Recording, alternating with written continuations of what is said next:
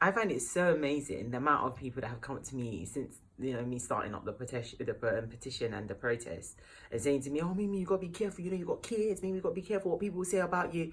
And I'm like, you have to get to a place as a Christian where you actually are not afraid of persecution, because I'm telling you guys, persecution is coming for us. It's coming, as in the Bible tells us that before we go to heaven, right, we have not read that properly, we are going to face persecution. And so many people are going to leave the faith, right, because we have come to this place where we are so in love with comfort that we will not sacrifice anything for Christ. I want to ask you a question. How many of you are committed to Christ? And this is for me as well, as we enjoy him being committed to us. We love going to church and the pastor telling us that God will never leave us or forsake us. We love knowing that Christ will never abandon us. But how many of us, because remember, relationship is two ways. How many of us actually give that to Christ and say, I will never leave you, Jesus, and I will never forsake you?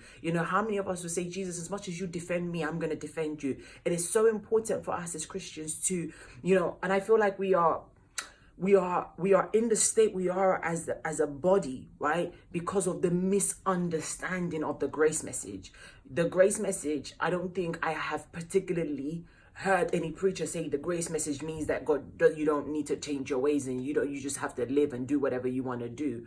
The grace message talks about what God has done for you, and if you receive that, it should alter your behavior.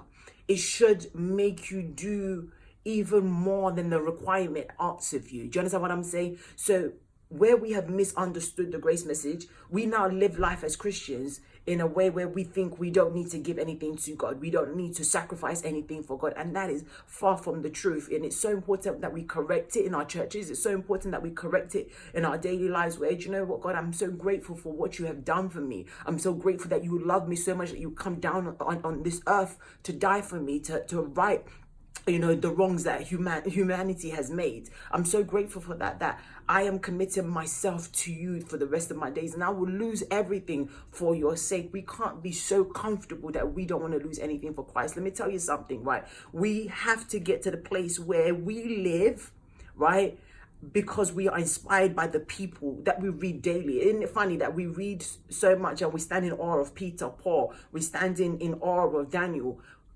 All these people were persecuted and they were afraid.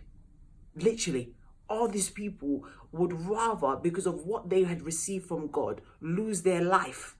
And I love the story about Daniel, because he said, listen, I know that God can save us, but even if he doesn't, we're sticking with God to the point that we will sacrifice ourselves to stand with God, even to the point of death. I want to just literally tell us to reprogram, recheck our walk with Jesus, recheck our heart for God, recheck where we stand with God. Are we with God because of the comfort that the love of God, or the knowledge of the love of God provides us, that we are just literally taking from God?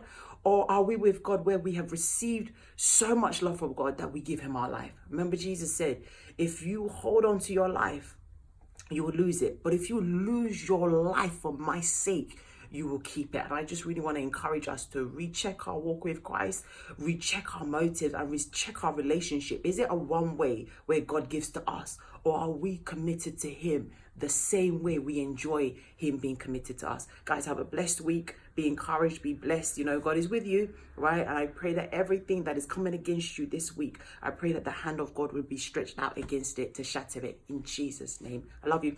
Bye.